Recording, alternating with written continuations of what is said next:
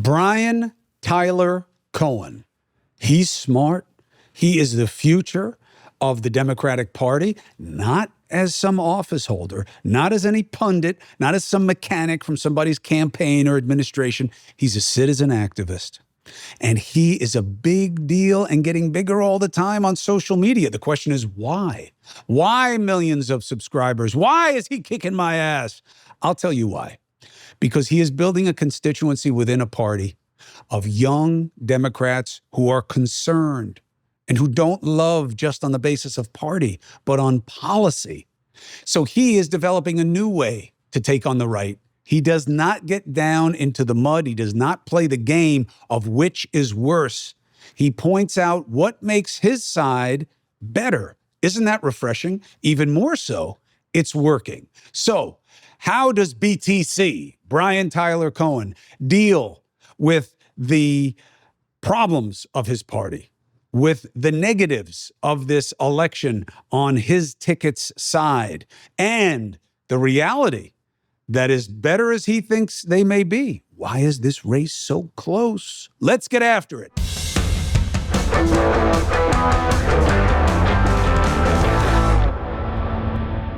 Brian, thank you very much for taking the opportunity. Chris, happy to be here. You're getting to be a big shot, and I believe for good reason. Though label-wise, you know how I feel, that I'm not a big fan of them. But they often refer to you as an independent progressive. What does that mean? I thought you were a lefty. So I'm on the left for sure. I think independent in the sense that I'm not part of, the mainstream media as we know it. I mean, I don't have a boss. I do everything on my own. I kind of rely on my own.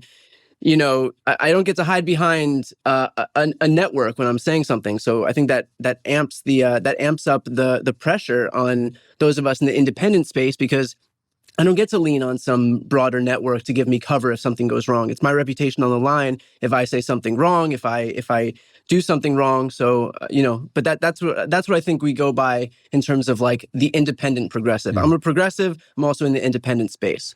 So you are a Democrat. I would consider myself a Democrat, yeah. And is it unfair for me to say that progressive Democrat means that you are far left, feeding the kids on campus who are pro-Hamas? That's what the progressive left is. Is that fair? No, I think that, look, I think you'll have people farther to the left of me who will call me a neo-lib shill, and I think you have people to the right of me who are going to call me a communist, Marxist, Stalinist leftist. So I think it kind of all is in the eyes of the beholder here. But I actually, on my own channel, don't really go into international affairs. I cover domestic politics. Yeah, but it bleeds into it, right? When they're running around on the college campuses, you have to deal with it. My point is this. Why am I playing with definitions? Because I'm trying to get a sense of how you see the Democratic state of play, like where the party is and how you believe it's doing and who you believe it's serving. So, okay, so let's take that piecemeal. I mean, I think in terms of who it's serving, I think it's clear by virtue of what the Democratic Party has done with the last few years in power, who it's serving. You look at, for example, let's take the baseline, the first, Trump administration, for example, when Trump was in office, their major legislative achievement was a tax cut that overwhelmingly favored millionaires and billionaires. That's what they did with their political capital. It was one major piece of legislation where, overwhelmingly the benefits were felt by the ultra rich. Look at what the Democrats did with their short time in power. With their 2 years in the majority in Congress, it was the American Rescue Plan, the Inflation Reduction Act, CHIPS Act, PACT Act, Infrastructure Law, the Gun Safety Bill, Reauthorizing Violence Against Women Act. So I think it goes to show by virtue of actions and not just what people are saying, what the priority is. And then you look at, more recently, we've seen insulin capped at $35, inhalers capped at $35, junk fees eliminated from banks, airlines. You have to immediately give what when a flight is canceled, for example, refunds are given immediately. So these are things that impact regular people. Are they not? Are they as sexy as like the major news items that we usually hear about? No. Is that why we actually don't hear about most of this stuff? Of course, but I think when you look at what's actually happening, this little stuff on a day-by-day basis, it becomes overwhelmingly clear who the Democrats are working for. The problem is you just laid out a message that's much more effective than your candidates. And look, that, I think the independent media space is important for that reason. I'm able to say what I want in a way that I think is going to be resonant with my audience or resonant with audiences more broadly. I'm not really interested so much in terms of like what candidates are saying. I actually am just more focused on what my messaging is going to be in terms of promoting, the agenda that I want to see put into place. You want to beat Trump, right? Do I want to beat Trump, you said? Yeah. 1,000%. Do you think Joe Biden is messaging in a way that will create a victory? Generally, yes. Is there work to be done? Yes. I actually think the biggest thing that's going to harm Donald Trump is Donald Trump himself. I think that he is his own worst enemy. I mean, he goes out there on the stump and he's railing against, what was it, the most recent thing, electrocutions and shark attacks. And then, of course, vows of retaliation and his revenge tour. I mean, that's him kind of showing people who he is and what a second Trump term is going to be. I think in terms of what Biden's doing, it's difficult for the exact reason that I just laid out. Is a lot of the stuff that he's saying is not going to be able to compete with Donald Trump standing up there on the stump and railing against, being a dictator on day one or terminating the Constitution. It's hard to make $35 insulin compete with Donald Trump saying he's going to be a dictator on day one and expecting the news to cover the former. People are angry. And a lot of the people. And by the way, to that point, people are angry. And what does Donald Trump use? What does he leverage to help himself the most? He's a demagogue. He tries to get people afraid. I mean, this has been a tactic of the Republican Party and conservatives and right-wing media more broadly for years. I mean, you know it. When do migrant caravans become a topic of conversation? True. Every year, right around September, October, there's a reason that demagoguery works, and there's a reason that they use it over and over and over again. I mean, going back decades, we were talking about the first scapegoats were gay people. Then when it became too popular when gay marriage, for example, became too popular an issue, then they had to move over to trans issues, and just anybody who they can demagogue, who they can scapegoat is what they do because fear is a really potent tactic. It's a really potent tool to wield, especially against a base that has been groomed to fear exactly whatever they bring forward. There is a reason that we don't know the positive opposite to the word demagogue. I do believe, though, that it speaks to a game that is played on both sides, maybe not the same way, maybe not to the same degree. But the reason that these things shift is often about complementary, complementary, tactics, meaning you move from gay marriage to trans rights or whatever, however you want to expand the culture issue. The left says the right doesn't want these people to exist. The right wants them to have no rights. The right wants them to go away. The right reacts to that by saying the left is trying to force all of us to be trans and to make it seem like this is normal and that there aren't just two genders, that you don't come out of the chute one of two ways. So they work off each other to create a dynamic of tension that I believe only suits the two parties and not the people at large. Fair criticism? To a degree. I mean, that's kind of like the way the ecosystem works. But I think also a lot of what people cling on to is the most extreme positions. And so they'll find somebody, espousing the most extreme position and use that as the basis that they're going to attack on their side. And so it's always just ramped up to a 10 every time. But I think more broadly, I mean, the asymmetry is clear. If we're going to stick with this example, for example, on LGBT issues, I think that it would just make sense to just who cares, I guess would be my answer to everything. And it feels weird for someone like me on the left to have to plead with those on the right for their mentality to be who cares, because these are the people who predicate their political ideology on party of personal freedoms, right? And so who cares what anybody is doing with their behind closed doors or in their bedrooms? Who cares? I agree with you if that's where it ended. What they say is You care because you're trying to make my kids believe that it's as okay to be transgender as it is to be the gender that they were born. And I don't want that. And you want me to call you things that don't make any sense. So you're forcing it on me. But you are correct in that it is a distraction from things that matter more in terms of the common concerns of this government and of this polity of the people in this country. And I believe that's why we have the culture wars in the first place, is they're a beautiful distraction from what matters more. I completely agree with you. And that's why I don't really cover this stuff. I don't really delve into culture wars. I mean, like, I've been invited onto some of these right-wing podcasts. Like, I can't even, their names are escaping me. I can't even pull up the names right now, but I've been invited onto the shows, and I don't view myself as being the foil to some of these people because I don't delve into culture wars, because I think that actually is the terrain that they want to fight on, because it's a distraction. Right. And when we talk about the actual issues that actually benefit people, it's not what bathroom somebody's walking into. It's not how somebody identifies as. It's not any of this bullshit. It's what are costs for American people? What does healthcare cost? What kind of legislation is being passed? What are our immigration policies? What's happening in the courts right now? Is the rule of law being upheld, for example, in a disparate way between certain defendants and others? Like, I think that's the stuff that is far more important. That's the stuff we should be speaking about. And I think there's a reason that a lot of people want to dig into culture wars and talk about Christmas cups at Starbucks, because right, because it helps them on their terrain. And the Pride Parade, like the Pride. This is Pride Month, right? So this is the new one. You can't find anybody who's ignoring it on the right. They get too many days. There's too much of it. It's forced on us. But if you say, at what point does this become homophobic or bigoted? Then they get very angry at you. No. I don't care. I just don't want you to put it on me. Well, if you care so much about having it put on you, it's because you worry about what it is and you think it is immoral. You just don't want to say it because then you fall into the bigot trap. But people's feelings have always, the visceral has always overwhelmed in politics. That's why oratory is so important.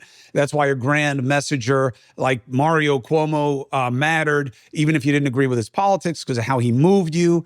And you have to find the crux, the nexus of where message and the motivation of policy come together. The big problem I believe you guys have in this election is that nexus, which is found on the southern border.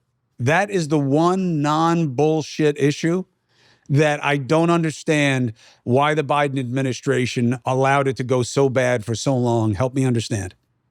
Well, I can't speak to what their thoughts were, other than the fact that Joe Biden put himself forward over a year ago as a negotiating partner for the right on this issue. I mean, they put together a coalition of Kyrsten Sinema, Chris Murphy, and James Lankford, who certainly know avowed liberal on this issue, and they spent months and months and months and months hammering out a deal.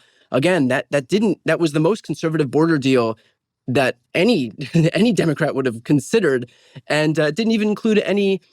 It was all. There was no comprehensive immigration reform. It was just border security, right? All in exchange for aid to Ukraine, by the way, that passed anyway. Right. So the fact that they didn't take this up shows that they don't want this issue to be solved. Donald Trump had full control of government when he became president. Why didn't they solve it? Other than just using stopgap measures that were solely predicated on pandemic powers. But there was no comprehensive. Because the message was enough. Build a wall. The message was enough, and the message enough. is always going to be enough. And the fact that James Lankford could stand in the well of the Senate and say, if you solve this in an election year, I'll make sure your life is a living hell. That gives the whole game away.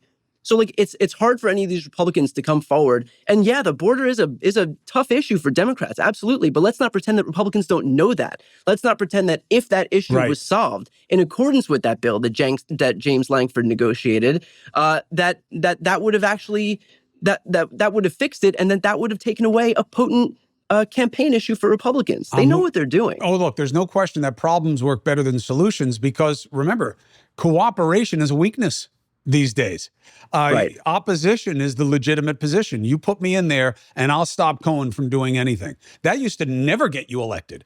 Now it's the straightest path. However, my critique of the Democrats is you are playing the right fringes game. You're allowing them to dictate the state of play. You constantly react to Trump, and you have forgotten what makes you better to a majority of the country, which is why you have the registration advantage. It's not just union infrastructure. And Biden should know this best of all because he lived it, right? He knows the glory, the halcyon days of the Democratic Party. His mistake is twofold. One, on the border, he undid executive actions that was just straight political vindictiveness when he got in. Destroyed all these home country agreements, remain in Mexico, which wasn't the biggest deal, but it was symbolic. And he waited too long to take unilateral action that would have sent the best signal. He let it fester for years, I believe, in too much of a nod to the progressive left. The second mistake is forgetting what made you people better, to the American people, which was showing what you articulated in the beginning. And instead of just ticking them off, we did this, we did that, we did this, it's got to be a part of a fundamental philosophy that you guys are about that is better than just tearing everything down, which is absolutely Trumpism. He calls it Make America Great Again, but inherent in that is a reductive critique of the country, that things are all terrible. Right. You guys used to make that case. You would have great messengers who would say, here's why we're better. Here's what we're about. Here's how we can do it. Here's why all of us matter. Now you're playing the game of division. And I do not think that bodes well going into this election. Well, perhaps, but you also have to consider the fact that a big element, just politically speaking, right? Because I think you made absolutely the right point in terms of the morality of all of this. But politically speaking, I think there is a big contingent of the country, and it creates this coalition of people on, those Nikki Haley voters, for example, all the way to folks on the left. A lot of their support for Joe Biden is predicated on their contempt for someone like Donald Trump, and rightfully so. And so I think it's got to be a two-pronged approach. It's not just the fact, for example, that Democrats are better on these issues, whether it's the issue of abortion, whether it's the issue of gun violence, whether it's the issue of healthcare, of climate change, whatever, union membership, whatever it is, Democrats are with the American people on the vast majority of these issues. But it's also the fact that for a lot of people who don't necessarily agree with the Democrats on those issues, for whatever the reason may be, even maybe it's just the fact that political affiliation has become so intertwined with identity these days, and that's enough to stop a lot of lifelong Republicans who may despise Donald Trump from considering voting for Joe Biden because it's become such a deeply ingrained part of identity. For those people, if you can exacerbate or exploit the points at which Donald Trump is just so disgusting to them, then if that's a tool that's at your disposal, then use it. But I think this does have to be a two-pronged approach where it's got to be espousing the virtues of what Democrats have done, especially with their limited time in office. I named the legislative achievements, but we have 15 million jobs added. In fact, in my entire lifetime, there has not been a single Republican administration that's created more jobs than a Democrat. There's not been a single Republican administration that's had a better economy than a Democratic administration. So it's exploiting that, but it's also, punching down against Donald Trump, who is the weakest candidate and the most dangerous candidate that we've had in modern American history. So what does it mean that he's so close to winning again? I think to go back to a media critique, I mean, look, you have half of the country who consumes media. Our media ecosystems have become so bifurcated right now, and I'm in that.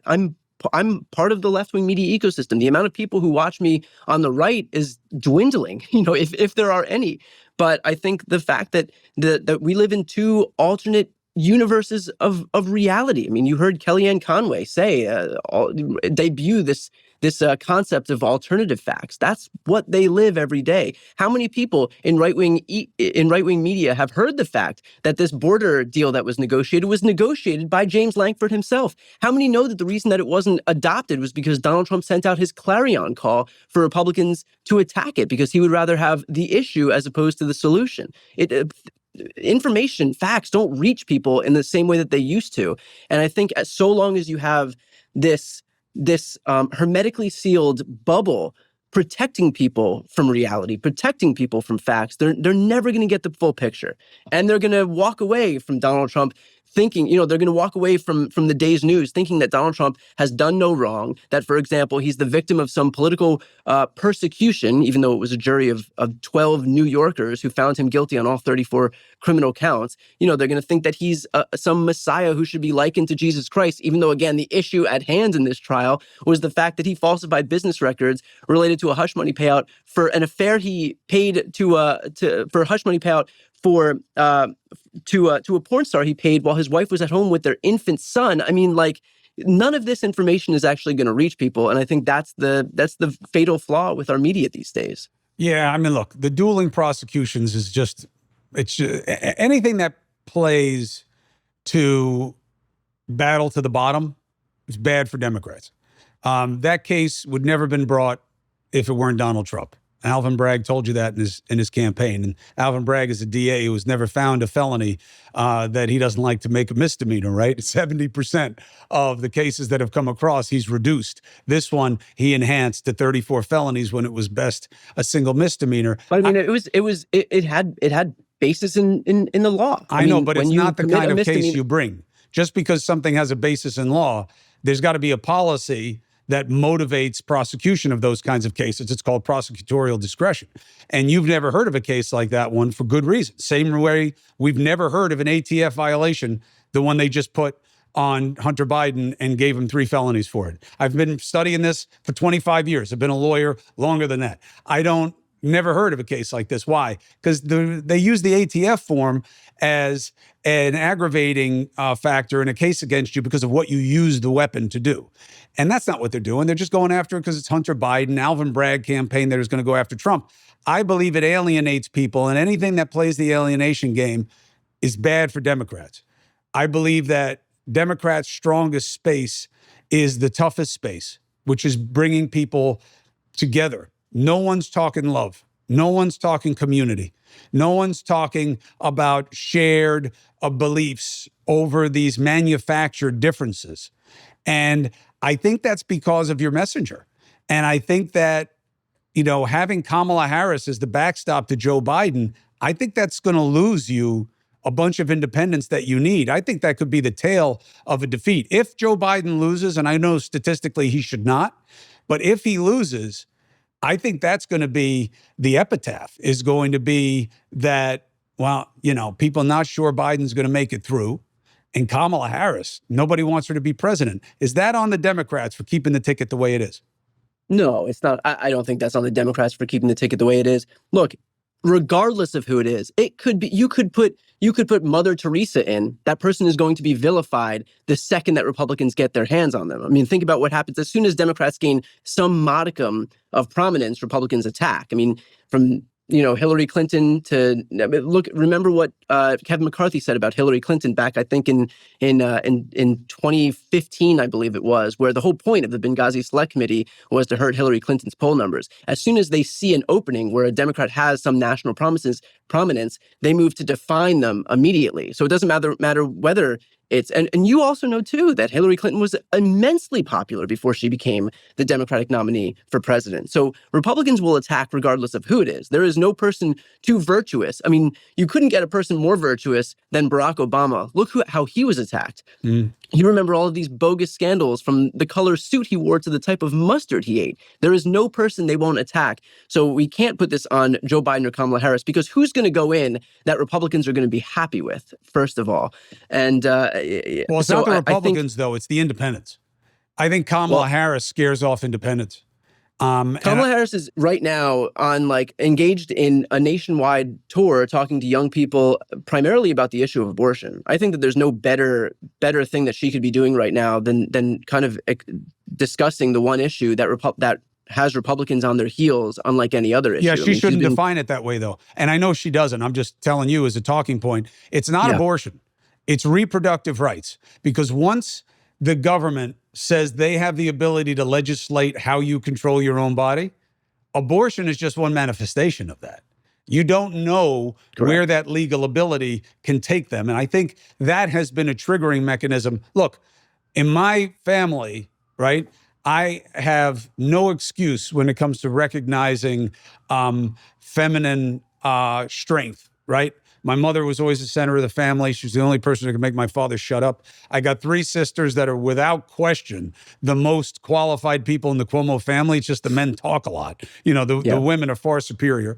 I got 2 daughters. I got a wife. I'm surrounded by strong women on my team. This issue has been a game changer. And the only reason it's quiet is because the right doesn't want to talk about it, and the left, once again, doesn't tell its story well enough. This is not just abortion. We don't know what this ruling means in terms of what a state can now say about a woman's body. Not a man's body, a woman's body. And that is powerful. Reproductive rights is the first time we've seen a right taken away. And that is very impressive to a lot of women if you make the case.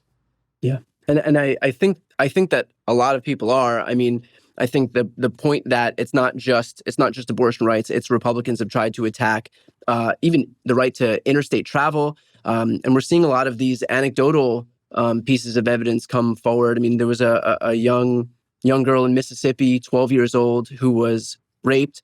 Her parents didn't know if she would qualify for the state's exemption to the abortion ban. Even if they did qualify, it's unlikely any doctor would have actually performed the procedure, given the high penalties for doing so. And so this girl's in 7th grade and she has an 8-month-old child. We saw a similar situation in Ohio. A 10-year-old girl was raped, had to consider traveling to Indiana. And in Texas, there was an instance where a young woman had a fetus with trisomy 18, which is a fatal genetic condition, couldn't get abortion care in Texas, and because Ken Paxton decided to appeal the exemption up to the Texas Supreme Court, so that was blocked. I mean, the issue, the examples, just there is no end to them, and I think it's proven especially potent. And there's a reason that Republicans who will weigh in on anything, I mean, there is no Starbucks cup they won't weigh in on, have been especially quiet on this issue. Support for the Chris Cuomo Project comes from AG1. Listen, I take it, so I recommend it, all right? Every diet has gaps in it. You got to make sure you're getting the right supplementation. That's AG1 for me. It makes sure that I'm getting my whole body health as right as I can.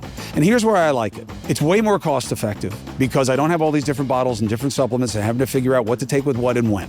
They have done the scientific part of getting the blend right, so I have maximal absorption of the most nutrients for the most different parts of my body that matter. My gut, my blood, my immune system, my brain health. And it's more cost effective because I don't have to buy all those separate things. And it's easier. I'm just one and done. A scoop in warm water in the morning, you can put it in whatever you want. That's what I do, and it works.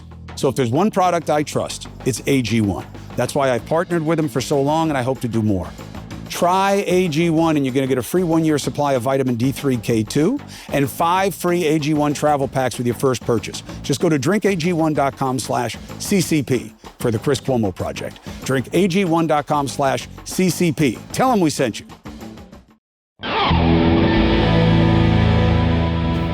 Look, you're doing great. Every time since I've been on your podcast, I've been following you. You're doing great. Your resonance is picking up. You're moving from digital to just plain old media. I think that you're going to wind up being everywhere in the media for people. I believe that there's a big appetite for what you're offering Democrats, but you do have to own them, right? You say, well, I'm a progressive Democrat, but I don't just talk. You're a Democrat. If you're a Democrat, you got to be proud, you got to be loud, and you got to make a case. And I think it's your biggest guy's weakness. And I used to say the same thing to my brother, by the way, so don't take it personally. He used to get very upset at me. Also, I would say, you guys just don't tell your story well enough. You get defined. And I know that the right wants to have it both ways. They want to say that the media is all out there for the left. And, so they play the victim, but then they get the most coverage. Right. So obviously, both things can't be true. But I do think you have to figure that out, and you got to figure it out soon. You believe there's no chance that the ticket changes? No, it's not going to happen. Nor do I think that. Again, this is going to my earlier point. I think that any Democrat who would be put in there, Republicans would figure out a way to swarm. But the polls say that any other one beats them. Like, but the polls say that any other Democrat does better than Biden against Trump. I mean, a poll is, insofar as we can believe anything a poll says at any moment in time.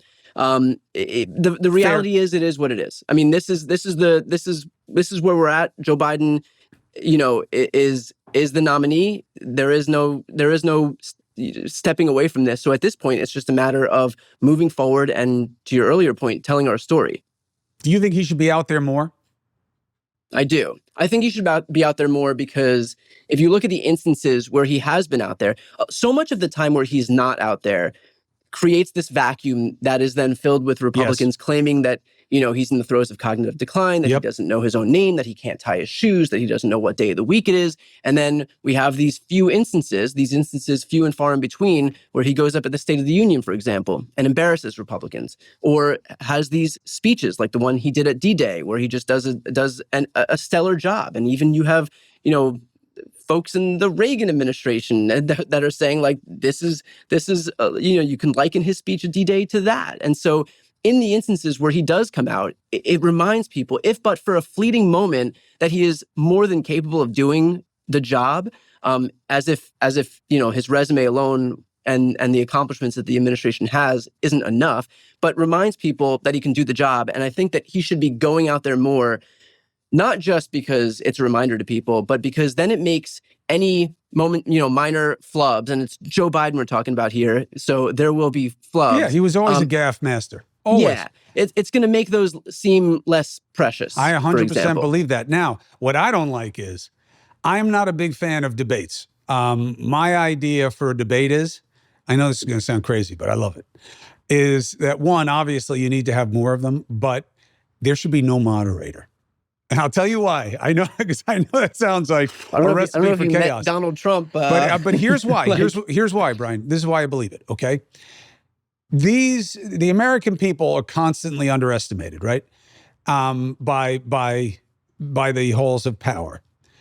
They know how someone's conducting themselves. So you have Trump and Biden, right? And Trump keeps talking over him. Trump's being an asshole, right? He's being himself. They see it. They get it. The moderator has always been just a vanity exercise for the network. They don't ever come up with any genius question or anything, because you can't make it about you. It's not about you as the moderator. So it's just kind of like a necessary, instrument with timing and cutting mics. It's all bullshit. I would go the other way and have it where there's no moderator. But let's put that to the side. You'll never hear another news anchor say that, by the way. But let's put that to the side. Yeah. I do believe that I don't love debates, and I think they're artificial, and I think they give us an artificial measure, and they're just another stunt in the campaign. But I think this one's actually going to matter. This first debate, if Joe Biden doesn't come out there and do what you're suggesting he does when he's out there, I think that it's not about the party pushing him out. I think that he is going to have a really tough conversation with himself after this debate. If it's a bomb, I think he's got to think, if I really believe that Donald Trump is a danger to this country, am I the one best equipped to keep him from winning re-election? What do you think about the importance of this debate? And what do you think about the answer to that question? I think in terms of the importance of this debate, I think the same thing that happened in all of the other instances where Joe Biden's about to go up against Donald Trump, or just go up at all and do anything, is going to come into play. I mean, this is what I just spoke about. Republicans are already doing their level best to lower expectations for Biden by, again, claiming that he's in the throes of cognitive decline, that really they're helping level set expectations for Biden better than even Trump can. So I'm not worried about how he's going to perform. I've also seen Donald Trump lately. I mean, this guy has been railing against, he thinks he's running against Barack Obama. He thinks that World War II hasn't happened yet. He thinks that you need ID to buy bread. He's complaining about windmills, toilet pressure. He's sharks, electrocutions. I mean, like, if you transpose what Donald Trump is saying onto Joe Biden, think about what Fox News would be saying about Joe Biden. They would be trying to check him into a mental institution. I know, but you can't play their game, though, Brian. Listen, I asked somebody, I'm not going to say who. You know who Ryan Garcia is? I don't. So Ryan Garcia is this incredibly talented, but apparently mentally ill, certainly troubled boxer. Okay, he's Yeah, gorgeous. the one who was endorsed by Trump recently. Who did he? Well, Did he fail I like a hope drug not for test? Trump's sake that No, he no. didn't Okay, so endorse I'm him. thinking of somebody else. But Keep going. this guy is a boxer, not a UFC guy. He just Okay. got arrested for busting up a hotel room. That's neither here nor there. But he believes really crazy shit. Okay, and again, I believe it's maybe a function of disease because I never heard him say anything like this before until recently. But elites eat babies, like really out there. Okay, that's not what's impressive. What's impressive is how many legit people in your world, but on the right, say, he predicted he was going to get arrested. He said that these things would happen when he started talking about this. And I said, wait a minute, talking about what? You believe that there's a baby eating cult out there? Yeah. And they were like, well, I don't know. The problem is, and why you can't play this game, is that once people are of the mindset that anything they've been told is not true, they then are susceptible to believing anything could be true. Right. And you cannot play that game and win on the left. You won't have your own people with you, and you're not going to have the persuadables. And you're never getting Trump's base. And that's why I think it's important. We're not focused on I think the whole look. There's a reason that I focus most of my energy on YouTube. It's because that's where the biggest audience is. I don't really tweet that much because I understand that Twitter is really for soft influence. That's where the reporters are. But my focus is on persuasion with people more broadly. I mean, on my YouTube channel, I've got almost 3 million subscribers. I reach anywhere from 75 to 95 million people a month. That's where my energy is, because that's where I think the vast majority of people who are able to be persuaded is, or people who can listen to my message and then bring that message out as tribunes, for example, to their circles and and spread the gospel that way. But I think our time has to be spent as effectively and efficiently as possible. It's not reaching those people. It's not reaching the conspiracy theorists. You can spend so much time trying to deal with those people. Those people are not in the coalition that I'm working on right now. My focus right now is just kind of reaching Americans more broadly and just focusing on the people who are actually kind of ripe for the taking in terms of, these are soft Republican voters, these are independents, these are Republicans these are Democrats, for example, who may be deciding between Joe Biden and the couch. That's my focus in all of this. How's it going? And so I don't really delve into the far right circle, the conspiratorial circles or anything like that. That's not really where I spend my time. Even though it's what gets so much traction in the digital space, so much so that, the way we got into this problem of censorship, and it is real, is opportunity. So these platforms put the ads next to the stuff that gets the most clicks. The stuff that gets the most clicks is the most provocative. The stuff that's the most provocative is the most evocative. The stuff that's the most evocative is enragement. Things that make people scared and angry win. The only other thing that works is sex, okay? Let's put that to the side because that's not what we're selling right now. So they started doing that so much, so well, that they wound up getting picky about what they let be on there that screwed with it. And then the government got involved during the pandemic and made it even worse. So we have a very toxic dynamic. And I believe that social media caters more to the right fringe than to anything else. But you are a point of comparison that negates that premise because your growth has been awesome. You are a big deal on YouTube. Having 3-4 million followers is humongous. Puts you in the top 1%. How do you believe your reach game is going, not just for BTC, but for the cause?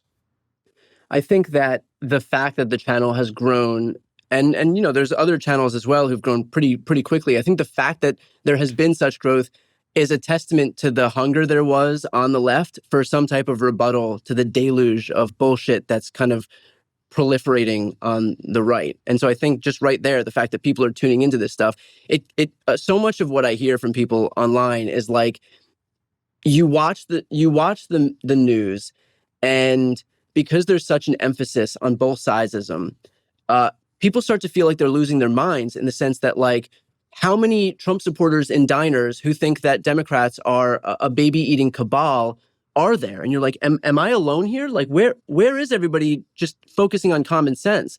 And so I think what this progressive media ecosystem, aside from the mainstream media, because I think the mainstream media has for so long allowed the right to be their assignment editors, basically. I mean, I think there were something like 69 front page New York Times stories about Hillary's emails. And then when Ivanka Trump did virtually the same thing, it came and went like a fart in a hurricane. So it's clear that the media allows the right to be their assignment editors. And so this is just like kind of a breath of fresh air to see folks on the left in a growing progressive media ecosystem be able to reach people and say, like, yeah, Donald Trump is a criminal. Look what he's done, and not have to equivocate it with 10 things about how the left is just as bad, or how Joe Biden's age is somehow equivalent to Donald Trump being a convicted felon, also facing indictment in 3 other trials that include, among other things, blocking certification of a free and fair election. I totally get it, but again, then why is it so close? You've got the registration advantage. You've got rationality on your side. You've got reach and resonance in terms of the media. You can say the right is their assignment editors, but I'll tell you, I've never covered anything political as much as I did the Mueller investigation. And I didn't have an option in that. I mean, I wanted to cover it. I was very disappointed in the Mueller report, but that came after I learned that Mueller wasn't Mueller anymore, right? I mean, he clearly wasn't the guy who was sold to us early on. You talk about guys who are in states of decline. So if you have all of these kind of systemic advantages, why is it neck and neck? If you look, for example, what do you think would have happened if the Nixon situation was today and he had Fox News at his disposal? Do you think that there's a shot in hell that he would have resigned? That's a great one. That is really a great one. But you got to balance it that he would have had 10 times the heat on him as well. Remember, he had 2 reporters that were breaking most of the stories. They've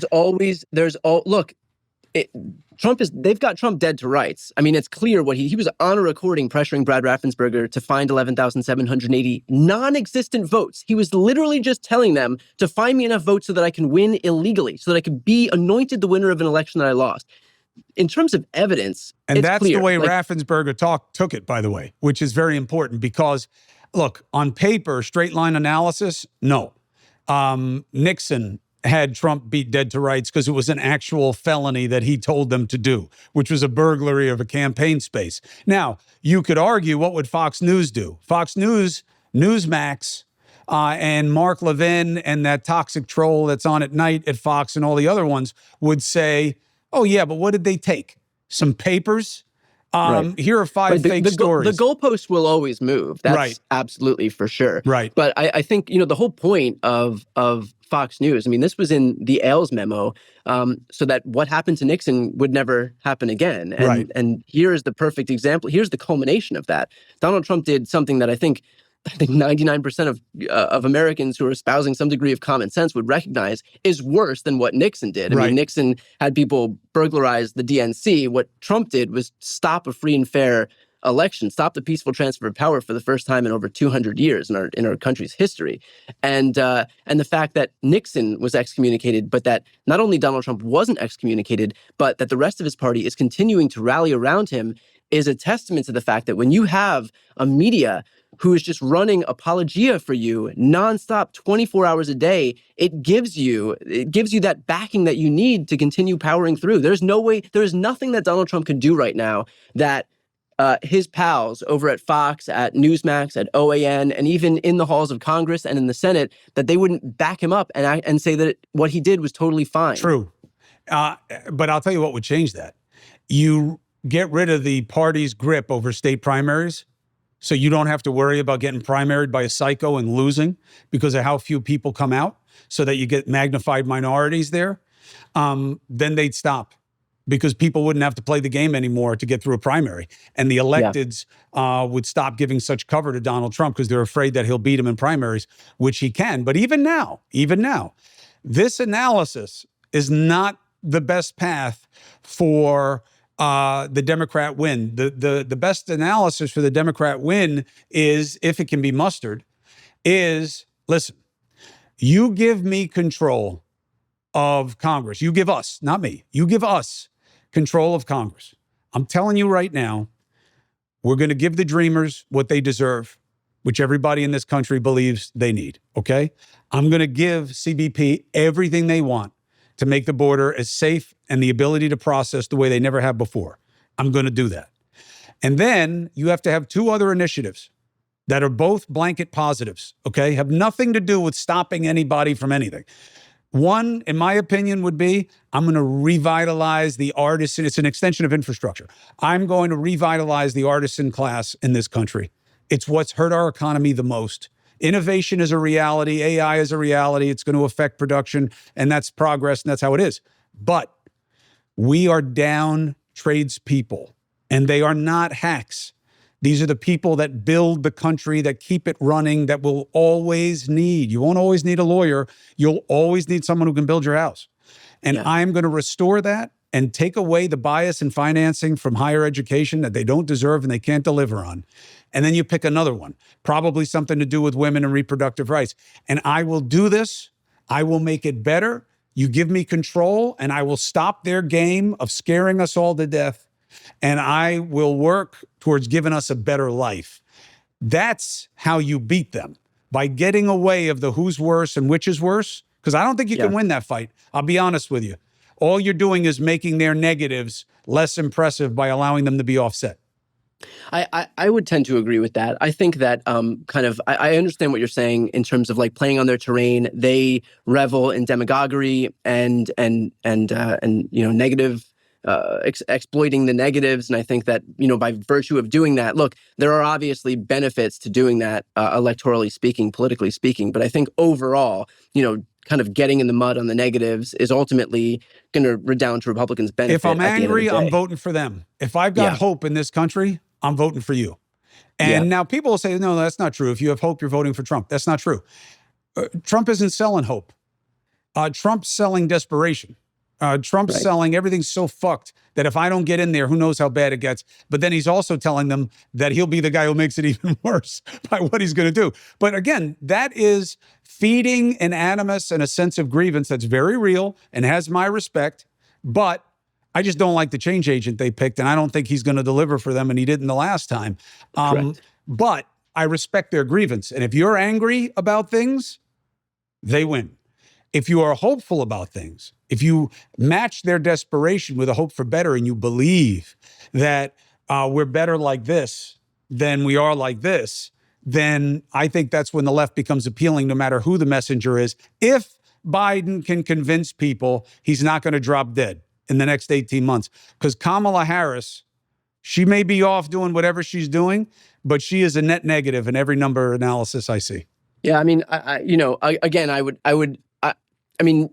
I would tend to disagree, but that's okay. And I think that, to your point about Biden, I think him being out on whether it's the debate stage or him doing the speeches like he's done, or him getting out there more in the independent media space or, regular media space, although I think that that's probably less important, I think is ultimately gonna help. He's got to do more interviews. He's got to do candid interviews. He's got to show people him living his life. They won't even put him on my show. I think that it's probably some kind of misplaced sense of grievance that because the Democrats went bad on my brother, that I am carrying some, that I'm carrying some grudge. But I mean, it's so obvious from my coverage. I'm in trouble with the right all the time. And I'm like the opposite of you.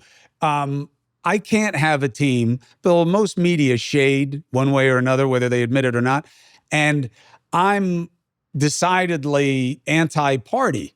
And I got to tell you, the lefties, the right assumes that I'm like some lion of the left. The lefties won't even come on my show, by the way. They won't come on.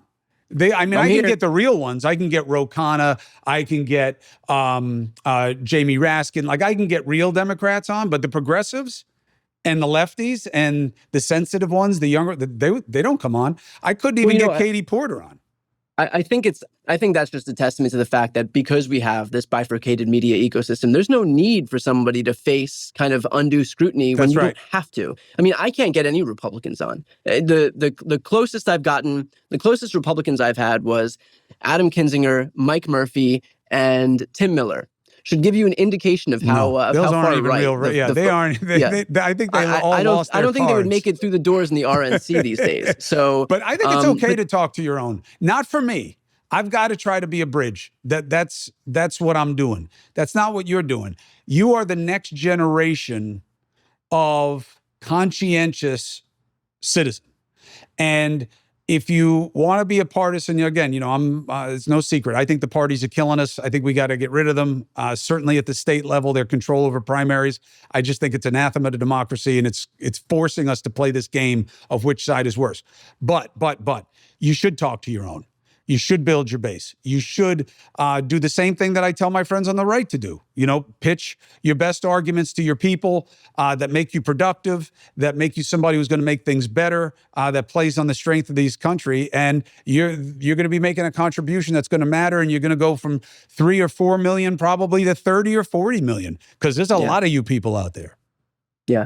And I appreciate that. And I think you're right. I think in terms of social media has kind of afforded us this amazing luxury that I can make an argument and see in real time how potent, how effective it is, and immediately go back out. I mean, I'm not sending out mailers and then waiting until the next election to try to glean how effective, some mailer was in the broader scheme of all of the other bombardment of messaging out there. I can put out a video immediately. I can read the comments. I can see the views. I can see, who is a potent messenger. I can see what message actually works, what message doesn't really work in terms of getting people rallied around, in terms of getting people to click on something. I mean, we have this insane luxury online to be able to reach people instantly and get that instant feedback, and then use that message moving forward and continue to hone it, and figure out what's going to be most effective as we then try to go to the broader electorate and reach independents and see what's an effective message for them. Well, look, they're the key. And they happen to be the fastest growing part of the electorate, which is why I have hope, is that the plurality in this country now doesn't want to be Democrat, doesn't want to be Republican. They're pushing right past left, right, and they're getting reasonable, and I respect it. And that's where I've always been. Made it very uncomfortable for me at the dinner table on many a night. I loved my pop. I wish I could be more like him. I love my brother. But I say to them all the time, your party right now is not the party that they came up in. You do not go, you can mention your achievements. I'm talking about the dialogue. The dialogue is not geared towards the working class as much as it is to a lot of, I believe, fringe issues that don't matter. And a lot of it is forced on you guys, but you wind up taking up the conversation anyway. I do not believe AOC is the best of what the Democratic Party has to offer. And you can say you have a big tent, but in any circus, they control which animals you get to see most often. And I got problems with her, but I don't have a problem with you. I think that you are a part of a really promising future for our political dialogue. And I love to see your growth. You're always welcome here whenever you want me on, because your people like to chew on my hiney as well. I'm a call away, and I'm happy to be part of it. Chris, I appreciate the time, man.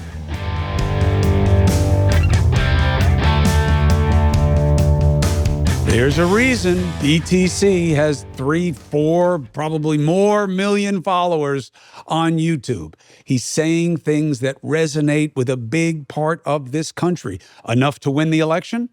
I don't know. But it is always good to get familiar with the people who are going to be shaping the dialogue going forward. And Cohen fits squarely in that position. Do you agree? Do you disagree with where he's coming from? Let me know. Thank you for subscribing. Thank you for following. I'm Chris Cuomo here at the Chris Cuomo Project. I appreciate you. Wear your independence. Be a free agent. I don't want to be a Democrat. I don't want to be a Republican. I want to be reasonable because I believe in getting things done. They believe in just getting the other side done dirty. You see the difference? Look at the wings.